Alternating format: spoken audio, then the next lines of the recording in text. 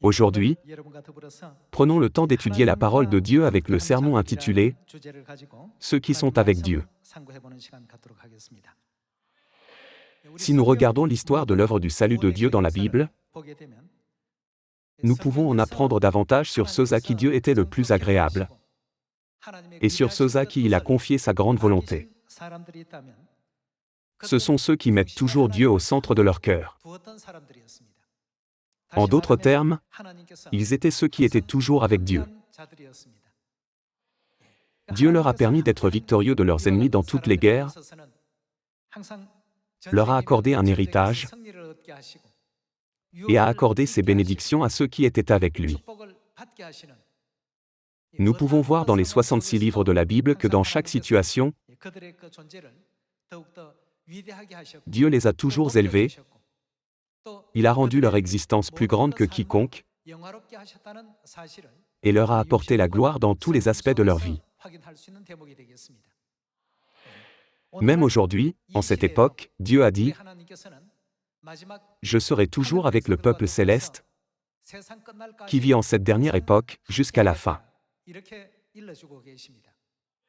En d'autres termes, la promesse qu'il sera avec nous jusqu'à la fin signifie que nous recevrons toutes les choses que nous voulons telles que les bénédictions, gloire et victoire, etc. Tout ce que Dieu a promis, il le permettra.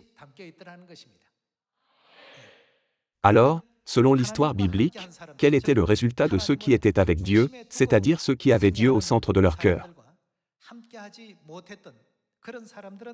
Et qu'en est-il de ceux qui n'étaient pas avec Dieu? En Israël, il y avait un roi qui aimait beaucoup Dieu.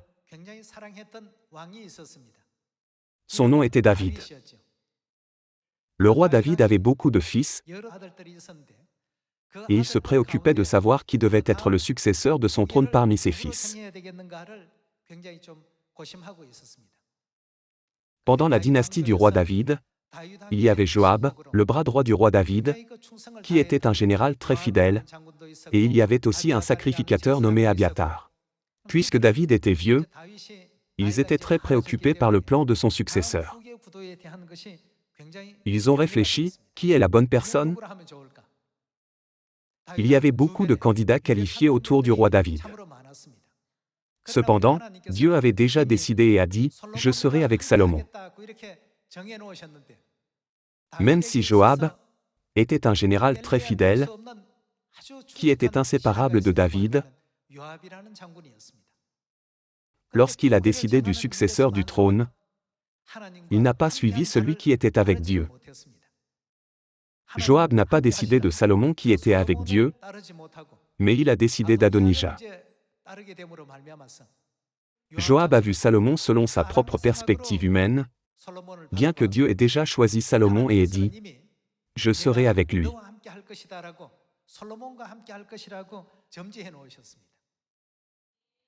Néanmoins, Joab ne s'est pas soumis à Salomon, avec qui était Dieu, parce qu'il l'a jugé seulement d'un point de vue physique. Par conséquent, il était incapable de réaliser correctement celui qui était vraiment avec Dieu. En conséquence, Joab et Adonija ont finalement été mis à mort. Nous pouvons clairement voir cette tragédie se dérouler du début à la fin dans Premier Roi. Même aujourd'hui, il est nécessaire de nous rappeler que nous ne devons jamais oublier l'importance du peuple avec qui est Dieu. Même 135 000 soldats ont pu être vaincus par seulement 300 soldats avec qui était Dieu. Une telle œuvre invisible et étonnante pourrait être accomplie à travers eux. Le grand et étonnant pouvoir de libérer une nation d'un pays dont elle était l'esclave pendant plus de 400 ans a été accordé à ceux avec qui était Dieu. Le grand pouvoir de diviser les eaux profondes de la mer Rouge pour les mettre à sec a été accordé par Dieu à ceux qui étaient avec lui.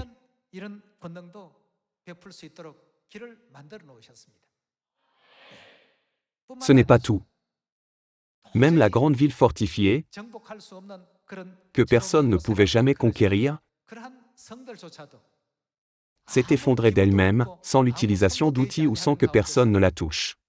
De tels exploits étonnants ont été accomplis par ceux avec qui était Dieu. Les gens considèrent ces événements comme des miracles.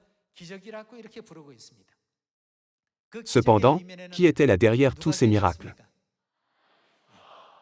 Physiquement, il aurait pu sembler que c'était Moïse qui l'avait fait, ou Josué, ou Gédéon qui l'avait fait. Cependant, spirituellement, c'est Dieu qui a permis que toutes ces choses se produisent. Un trait commun de ceux qui étaient avec Dieu est qu'ils étaient toujours fidèles au commandement de Dieu et qu'ils ne pouvaient même pas oser imaginer leur vie sans Dieu.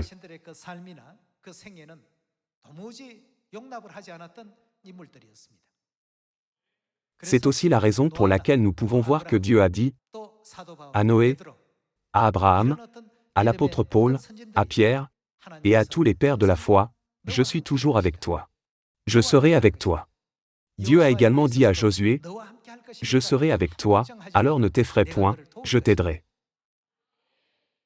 Non seulement Dieu avait déjà conçu tout ce qu'ils ont fait, mais puisqu'il était avec eux, il a lui-même tout mené et accompli pour eux. Comme nous voyons cette histoire écrite dans la Bible, nous aussi en cette époque avons reçu la même promesse qu'eux. C'est pourquoi la Bible nous appelle les enfants de la promesse. Les enfants de mère sont les enfants de la promesse avec qui Dieu a promis d'être. Par conséquent, partout où nous allons dans ce monde, il n'y a rien que nous ne puissions accomplir, il n'y a rien d'impossible. Voyons Actes chapitre 5, verset 38. Et maintenant, je vous le dis, ne vous occupez plus de ces hommes et laissez-les aller. Si cette entreprise ou cette œuvre vient des hommes, alors, que se passera-t-elle? Elle se détruira. Elle se détruira toute seule, même si elle est laissée seule. Verset 39. Mais si elle vient de Dieu, que ne pourrez-vous pas faire? Même si vous complotez des plans diaboliques et astucieux pour les entraver, vous ne pourrez la détruire. Quoi d'autre? Ne courez pas le risque d'avoir combattu contre Dieu. Par conséquent, la nouvelle alliance n'est-elle pas la vérité qui ne peut jamais être détruite? Pourquoi? Parce que cela vient de qui? C'est une promesse de Dieu.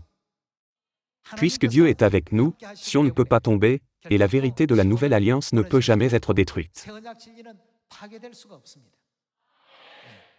Frères et sœurs, en cette dernière époque, Dieu est avec nous sur tous les chemins de l'Évangile ainsi que sur chacun de nos chemins de la foi. En espérant que nous n'oublierons jamais le fait que Dieu est avec nous, j'aimerais conclure le sermon d'aujourd'hui. Merci beaucoup.